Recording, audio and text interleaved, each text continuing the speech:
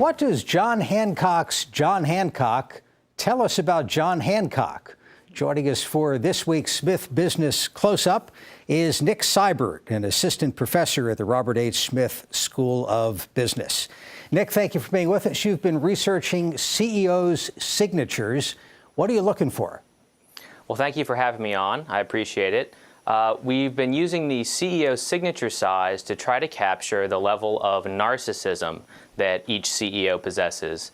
And we've been using the proxy of the signature size to investigate firm performance and various corporate policies. All right, how do we know that a big signature translates into narcissism?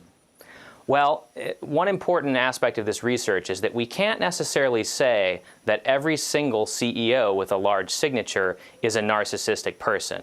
But there's research in psychology back in the 70s, and it's been continuing at a rather slow pace over the decades. But this research says that the larger your signature, the higher your self-esteem, the higher your dominance, essentially the higher your self-image.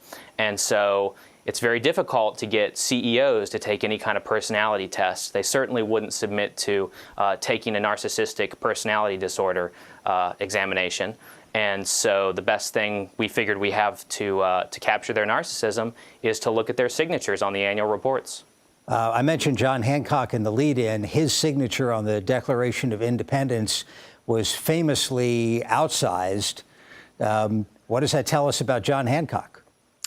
Well, I think that John Hancock made a conscious decision there to make his signature large, and that might say that he's, has a higher self-image of himself than most people, or it might say that he was trying to make a specific point. But the reason that we think signature size is such a good way to look at this is because most CEOs and people in everyday life probably don't think very hard about, how big they're going to sign something or how they're going to arch their letters. They probably just do it. And so we think it's a good measure of the non-conscious or subconscious tendency for CEOs to be narcissistic because they just sign their name on the dotted line and they're done.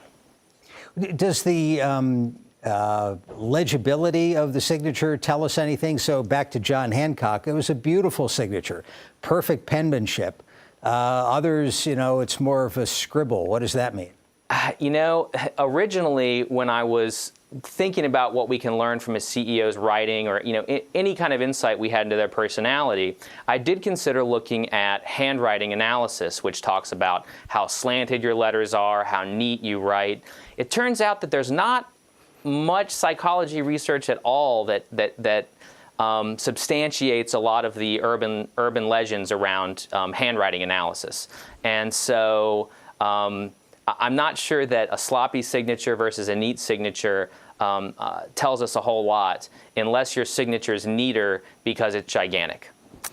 Well, I'm glad to hear that because my signature is a mess. So is mine. Appreciate the validation there. So from a financial standpoint, what does it mean if the CEO is a narcissist? Do their companies do better? Do they spend more time building monuments to themselves and the companies underperform? Is there a correlation to anything?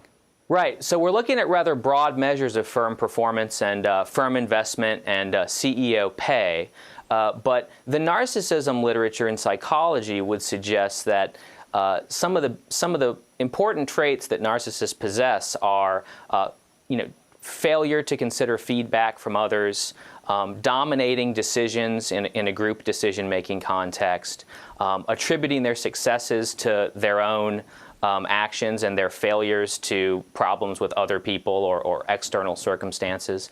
And so in general, we'd expect more narcissistic CEOs to maybe take more unilateral actions, to overinvest in their pet projects, and to maybe not do the best thing for the firm. And that is, in fact, what we find. We find much higher levels of investment, especially when there's excess resources sitting around that could be paid out in dividends to shareholders.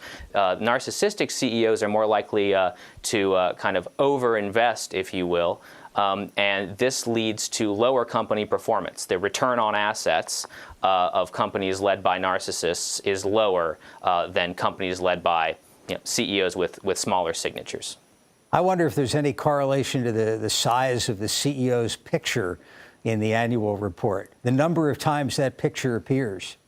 So we're not the first in the world to try to examine CEO personality traits, and actually not even narcissism. There is a prior paper that uses the prominence of the CEO's picture, as well as some other measures to try to gauge their narcissism.